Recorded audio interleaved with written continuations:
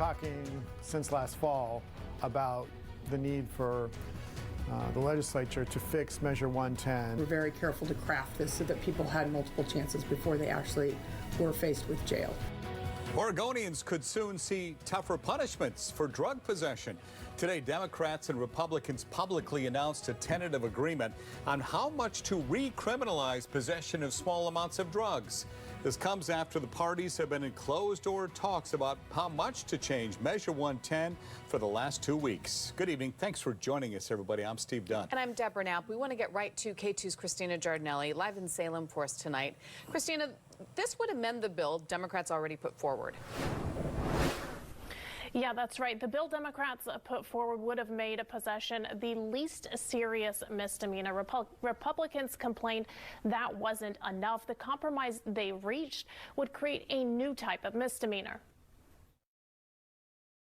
Open drug use without consequences could be a thing of the past in Oregon. Democrats and Republicans have settled on a compromise bill that would repeal portions of Measure 110. Senate Republican leader Tim Knopp says it's a win for Oregonians. That's what we were wanting to do from the very beginning, was to make sure that we had a policy that actually worked for Oregonians to get people off the streets that are doing drugs and into treatment. Senate Democrat leader Kate Lieber says the goal is not jail time. There are off-ramps in the system before anybody is going to go to jail that is going to off-ramp them into treatment.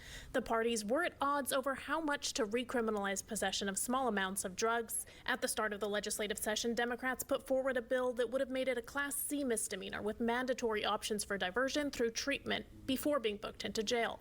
Republicans complained this wasn't going far enough. They wanted the most serious misdemeanor charge, with diversion kicking in after a person is booked in jail. Here's what they settled on: a new type of misdemeanor that previously didn't exist in Oregon. Upon sentencing, a judge would have to offer probation with no jail time, but if that's violated, the offender could face anywhere between 1 to 6 months in jail. Pre-jail diversion will only be offered in some counties that opt in. A compromise between Democrats and Republicans has left many decriminalization advocates feeling disenfranchised. They say the impact of decriminalization would disproportionately impact people of color. With counties allowed to opt in to pre-jail diversion programs, I asked Senate Democrat leader Kate Lieber whether the severity of consequences for drug use could depend on your zip code. Do you think that this is going to cause a disjointed system where there are counties that are arresting people and putting them in jail before any of this diversion? Well, first of all, if there are off-ramps in the system before anybody is going to go to jail that is going to off-ramp them into treatment. But counties that opt out will be able to hold people in jail before sentencing, before arraignment.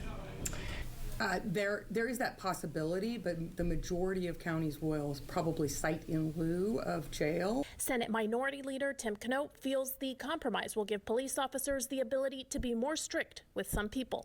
Really important part of this too is officer discretion, because there are some frequent flyers who get arrested more than once, and we want the officer to be able to make a decision on whether or not deflection actually works. What's to stop those officers from, making decisions based on race?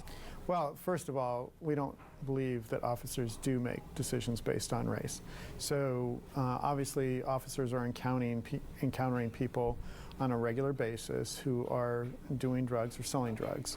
And we have asked our law enforcement to be out there on the front line to take care of us. Now, the bill also includes a provision that requires counties to collect data on who they are arresting. They'll compile that data into a racial impact study before the 2025 session. Now, this new misdemeanor, if the bill passes, goes into effect September 1st. We'll continue to cover this legislative session and bring you the latest information. For now, live in Salem, Christina Giardinelli, K2 News. Christina, thank you.